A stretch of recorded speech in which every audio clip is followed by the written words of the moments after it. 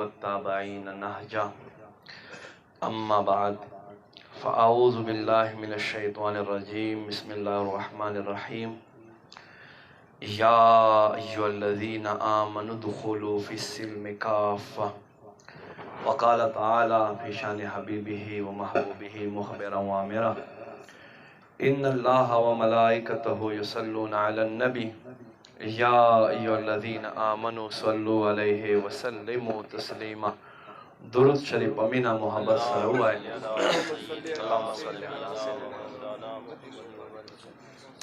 ما عزت مندو درود شریف یو داسې عمل دی چې سحر می کتاب کتو نبی پاک صلی الله علیه و آله وسلم فرمایي چې څوک درود وای د درود ویلو سره د جنت نور هم وسیکیږي لګي بیا علماء د حدیث لاندې لیکلي چې چونکه درود شریف ویلو سره د جنت ولې رقبه زیاتېږي وای دا دې لجاتا چې چونکه دا جنت چې دا الله د نبی علیه السلام له نور نه پیدا کړی دی او درود تعلق او نسبت نبی علیه السلام سره دی نو بس دې لجاتا چې څوک درود وای نو دا جنت الله نور هم اوږدوي وسیع کوي نو په مینا محبت سره درود شریف اللهم صل علی سیدنا و مولانا محمد بارک وسلم وصلی علیه صلاة و سلام علیک یا رسول الله و علیک و اصحابک یا حبیب الله گرامی قدر لری نزدین راتلونکو علماء کرام حفاظ کرام قرآن حضرات او مهمانانو میزبانانو تاسو ټول زه خوش آمدید هر کله وایم السلام علیکم ورحمت الله وبرکاته اما انشاءالله دا کل بیان چې دی هغه تمهید هم دی او موضوع هم دی انشاءالله په اخر کې بیا خلاصې ته ځو انشاءالله ما عزتمندو مختلفو کتابونو په حوالې سره مختلفو تعداد ذکر کړی دی یعنی یو قول مطابق چې 14 کسان سړي مسلمان شوي او 8 ښځې مسلمانې شوي هغه وخت هغه یو دور دی چې نبی علیه السلام په غلامانو کې په دې وخت کې یو غلام حضرت عمار بن یاسر په نوم سره یادېږي یوه ورځ سحر مونځ نه بعده کور ته راغی توجه مو شته ټول توجه وکړئ ښه مور یې کور کې صفایي کوله دی ناست دی او په یو تختې باندې بوت پروت وړکوټی شانتې بوت هغه مور یې پې باندې ولګېده په تختې باندې هغه بوت را پرېوته او تړکې شو مات شو نو مور یې پریشانه شو رنګ یې زیړ شو وایي مور یې دا ولې وایي هی چې خدای به مونږ سره وسه کوي مونږ خو خدای مات کړو وایي مور یې دا خو له خټو نه جوړ شوی و خټه تاسو پخه کړې وه دا څنګه خدای دی چې د خپل ځان حفاظت ونه کړو دا چې دا ته خاندې دا تا باندې الله فضل دی چې تا دا شی وپېژندو دا الله فضل دی په تا ما باندې چې دا یو بېجان دی وایي مورې ده خو خپل ځان حفاظت هم ونه کړو مورې وایي څه به کړو وایي بس راغونډې که په ډېرانې واچوه وایي د ستا نبي تا ته دا خبرې کوي چا خوا ته چې ته کښېنې محمد خوا ته ته کښېنې هغه تا ته دا خبرې کوي وی بالکل هغه مونږ ته دا وایي چې دا بېجان دي دا هېڅ د نفع د نقصان طاقت نه لري نه خپله نه بل چا دپاره دا یو بېجان شی دی وایي ستاسو نبي تاسو ته نور څه وایي په دې ټیم کې پلار را دننه شو حضرت یاسر رضی الله تعالی عنه وایي نن سحر زموږ نبي باندې الله وحي ښکته کړه سوره تکویر تلاوت شروع کړلو او ورته وایي زموږ نبي موږ ته دا ووایي واذا الموءودة سئلت بأي ذنب قتلت کله چې ژوندی خښې کړلی شوی جنۍ نه په ورځ د قیامت تپوس وشي بأي ذنب قتلت ای ماشومې تا کومه ګناه کړې وه چې ته مور او پلار ووژلی او ژوندی یې خښه کړې نو دلته یې مور له خولې نه یوه چغه ووتله او پلار ته وایي دا زوی مې څه وایي وایي په خدای ذات قسم زما پلار اول لور پیدا شوه هغه یې ووجله ژوندی یې ښخه کړه. دویمه پیدا شوه هغه یې هم ژوندی ښخه کړه. خو چې زه پیدا شوم سمیه د دې نوم سمیه دی زه پیدا شوم پلار مې چغې کړې چې ځان به ووجنم خو لور به نه کړم ژوندی ښخ. نو حضرت یاسر ته وایي نن که زه ژوندی ښخه شوی زما عمار بچی به نه و یقینا ای زما خاونده دا زما زوی چې څه وایي دا حق وایي. زه چې ورشو الله محبوب دربار ته راغی او کلمه یې وویله او حضور غلامۍ ته دننه شو. دا د اسلام په مکې مکرمې باندې حضرت یاسر او حضرت سمیه اولنی شهیدان دي چې ابو جهل دا کورنۍ غریبه وه ظلم او ستم سره دا شهیدان. حضرت عمار چې کله مکې نه مدینې ته هجرت کولو بار بار مکې ته کتل صحابه او تپوس یې وکړو چې ولې وایي نور مې نه یادېږي خو مور او پلار قبرونه مې دي پکې ذکر ته یادېږي. او په مکه مکرمه کې دا اول د شهیدانو په جنت المعلا کې ځمکه ده چې حضرت سمیه او حضرت یاسر پکې پراته دي. ما عزتمندو څه وخت چې مسلمانو اولنی هجرت حبشې ته وکړلو نو حضرت سفیان چې ایمان نه دی راوړی ورغی ورپسې او ورته وایي 14 سړي او 8 ښځې باغیان تا خواته راغلي دي. بادشاه نجاشي ته وایي دا مونږ ته راکه چې مونږ دوی سره حساب وکړو. دوی زمونږ خپل پلار نیکه دین پرېښودی دی. وایي زه به د دوی مدعا هم اورم دوی څه مدعا دی. حضرت جعفر طیار حضرت علی رضی الله تعالی عنہ مشر رور دی په هجرت کې دی. ما عزتمندو هغه ته وایي تاسو دا کم دین چې تاسو ته دا نبی ښایي هغه تاسو څه وایي؟ وایي زمونږ نبی مونږ ته وایي ښه کوئ بد مه کوئ. زمونږ په معاشره کې شراب عام و زمونږ په معاشره کې زنا عامه وه زمونږ په معاشره کې لونه ژوندی ښخېږي. بس چې دا نبی راغی او مونږ ته قرآن آیتونه ووې ښایسته کلام یې مونږ ته بیان کړو مونږ یې دې کارونه منع کړو نو دا خلک په دې وجې سره زمونږ دشمنان دي. وایي هغه کلام څه ایسه شته؟ وایي الحمدلله ما یاد دی. حضرت جعفر طیار ورته وایي ما یاد دی. وایي څه حصه تلاوت اوس بادشاه په تخت ناست دی د عیسایانو عالمان هم ولاړ دي دربار ډک دی له خلکو نه ښځو او سړو نه او دا یو څو کمزوري ناتوا مسلمان 14 سړي او 8 ښځې هم یو طرف ته ولاړې. اسلام په کم دک او درد تا مخواته راغی. حضرت جعفر طیار رضی الله عنه سوره مریم تلاوت شروع کړو. چې سوره مریم تلاوت شروع کړو بادشاه نجاشي له خپل تخت نه راکوز شو په اتحیات ښکته ورته کېناست او الله فرمایي اومه سپاره کې دا هغه خلک دي ترا ته به ګورې تفید من الدم سترګې له اوښکو نه راډکې شي سترګې له اوښکو نه راډکې شوې. بادشاه سره د کل درباریانو په سترګو کې اوښکې دي. وایي بالکل دا هغه کلام دی چې کوم کلام عیسی چې د مریم زوی دی په هغه باندې نازل شوی. نو ابو سفیان راغلی خو دې دپاره چې دا به بونځم او په علاقه کې به سزا ورکوم دی نو خبر چې دا خو یو داسې کلام دی چې دې سره خو غرونه خوځي انسانانو زړونه هم ورسره خوځي. بادشاه زړه یې ورسره وخوځولو هغه هم کلمه وویله او مسلمان شو. سبحان الله. ما عزتمندو دا یو داسې دین دی دا یو داسې بهترین د هر قسمه کمۍ نه پاک دین دی. هېڅ کمی نشته په دې دین کې. د لارې آداب یې درته ښیلي دي د نکاح آداب یې درته ښیلي دي بازار تګ آداب یې درته ښیلي دي بازار نه راتګ آداب د بازار حقوق یې درته ښیلي دي. نبي علیه السلام فرمایي بازار حقوقو نه حق دا دی چې سترګې ښکته ساته او میلاو کېدونکو باندې سلام اچوه. د لارې حق دا دی چې په ښي طرف باندې زه خپل نظر ښکته ساته میلاو کېدونکو باندې سلام اچوه. داسې یو پاک جامع معنی دین. ما عزتمندو حضرت عبدالله ابن سلام رضی الله تعالی عنہ چې ایمان راوړو چونکې دا غټ عالم و د یهودیانو نو د موسی علیه السلام دین نه هم خبر و او اسلام نه هم خبر شو.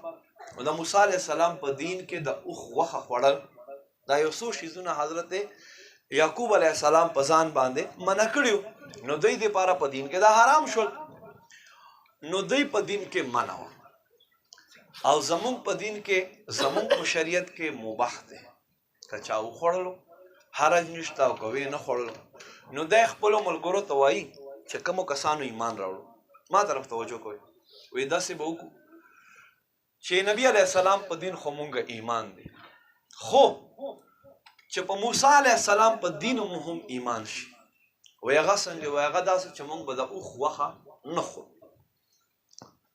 ما عزتمندو په دې دین اسلام کې د ذرې برابر کمی نشته الله آیت نازل کړو یا ایها الذین آمنوا ادخلوا فی السلم کافه اے ایمان والو اسلام ته پورا پورا دننه شئ ہے ایمان والو ایمان مراوړه دی خو لا پورا دننه شوي نه پورا دننه شئ نبی علیه السلام فرمایل ها زما په دین کې عبدالله ابن سلام دا اوښ غوښه خوړل مباح دي خو الله حکم دې ستا باندې دا اوښ غوښه خوړل اوس واجب دي ته به یې خورې ما عزتمندو اسلام یو داسې دین دی اوس څو کاله مخکې په مصر کې کودایانې وشوې نو هلته د بادشاهانو آثار راووتل او ورسره د انسانانو هډوکي او کرسۍ او دا شیزونه نو په دې نتیجې ووتل چې نن نه 2-3 زره کاله مخکې بادشاه به چې کله مړ شو تاریخ لیکي نو دی به په هغې کرسۍ باندې ناست و چې په کومې به د بادشاهي کوله په هغې به یې مرګ نه بعده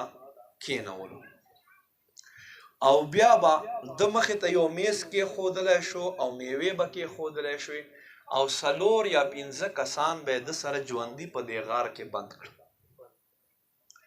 چې تر څو پورې به دوی تر څه وخو خوړل بیا چې به ختم شو بس بیا بله لوږې نه مړه شو داسې انسان یو وخت تېرولو نن هم داسې خلک شته دي چې انسان مړ شي وایي په اور یې نه سېزو اور معزز دی په ځمکه کې یې نښه خو خاوره معززه ده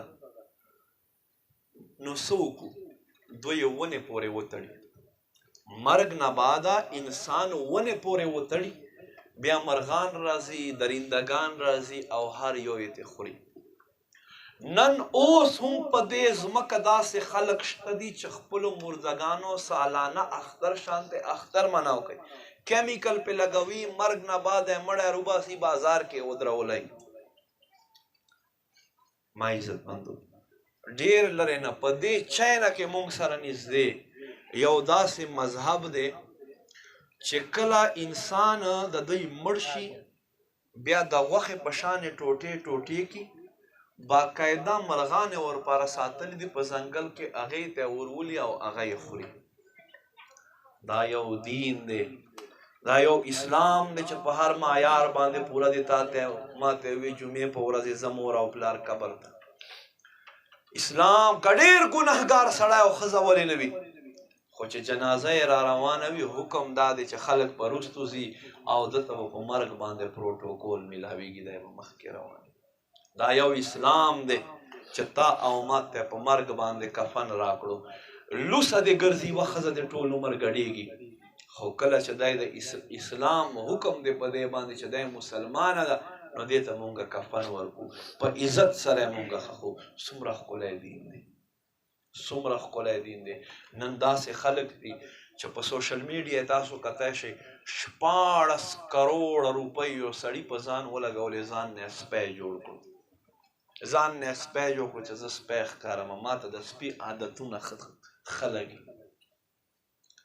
اسلام نه ور اخواشه بیا تیاره ده هېڅ نشته نن داسې یو وخت دی چې داسې خلک دي خپل غوږونه کټ کوي خپلې شونډې او پوزې کټ کوي چې موږ د ځناورو د څاروو په شان ښکارو ژبه په منځ وڅیري چې موږ دا انسان او دا په ځان باندې باقاعده علاجونه کوي باقاعده په ځان اپریشن یې کوي چې زه څنګه چې ما کې د ځناورو خصلتونه پیدا شي سترګو ته سیاهي اچوي چې ما سترګې تورې شي د څاروو په شان دا یو څنګه ښکلی دین دی چې موږ ته هر څه واضح کړو څنګه یو پاکیزه دین دی چې موږ ته هر څه وښی نن خلک ورشه خور سره نکاح کوي نن خلق مور سره نکاح کوي، نن خلق خور سره زنا کوي، نن خلق مور سره زنا کوي. وای دا هم یوه ښځه ده. قربان شم اسلام مونږ ته هر څه واضح کړ، هر څه یې راته واضح کړ. خو بیا هم مونږ مسلمان څه کوو؟ خپل دین ته نه راځو، خپل شریعت ته نه راځو، خپل احکامو ته نه راځو. نبی علیہ السلام فرمایي تر هغه وخت په قیامت نه قایمیږي تر څو پورې انسانان بدکاري کوي او انسانانو بدکارۍ کې د زناورو د څاروو عادتونه نه یې کړي. څاروي چې څه وخت نږدې کېږي یو تر بله ښکلول سره کوي، د پیشاب ځي، انسانانو هم هغه کارونه شروع کړي. نبی صلی الله علیه وسلم تر هغه وخت په قیامت نه راځي تر څو پورې دا عمل خلکو نه شروع کړی. نن وګورئ انسان کومې خواته روان دی. انسان زناور صورت ته ځان دننه کوي، په خپل ځان ته نه ګوري چې الله ما کې کوم صفتونه یې ښودي. دا د دین اسلام برکت دی چې مونږ انسانیت جامه کې انسانیت یې مونږ ته وپېژندلو چې ته څه شی یې، تا کوم اهمیت دی. حضرت عمر بن خطاب رضی الله تعالی عنہ چې څه وخت له بیت المقدس نه واپس شو، مقام جابیه باندې اوس ناست دی او دا خپلو خپو ته ټکونه ورکوي او جاړي، سر یې ښکته کړی دی. نو غلام اسلم تپوس ترې وکړو چې قربان ولې جاړې؟ وایي ما ته د خپل ماشومواله واقعه یاده شوه.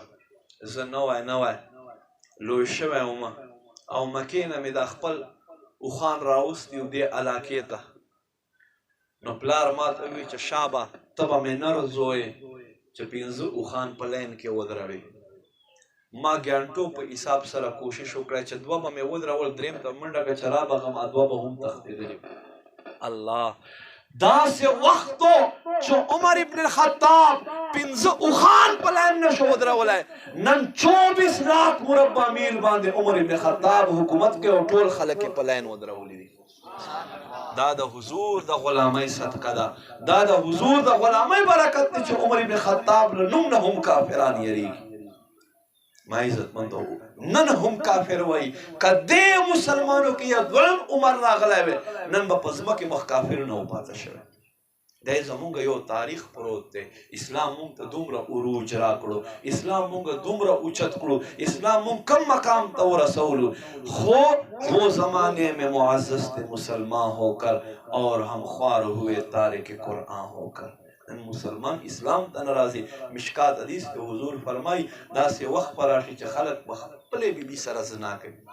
صحابه عرض قربان خپلې بیبي سره څنګه؟ وایي هغه داسې چې ده به دی فارغه کړي، طلاق به یې ورکړی، دی به بیا هم لګیایي وایي به یاره پښتو ملک دی چې څوک رانه خبر نه شي. کوي که نه زموږ خلک؟ ما عزت مندو عزت ټول په اسلام کې دی، اسلام په احکامو کې دی چې څومره اسلام ته رادننه شي خو ظاهري نه، چې باطن هم د اسلام په رنګ باندې ورنګوي. چې دا نه چې بل ته خیال کوي او خپله هغه ټول عیبونه په تا کې موجود وي. نه، بیا د بل چا نقصان نه دی، بیا د خپل نقصان دی، وبال دی. دا تا گنجبخش علی اجویری رحمت الله علیه فرمایي وی عمل بغیر د علم دا گمراهی ده او علم بغیر د عمل دا وبال دی.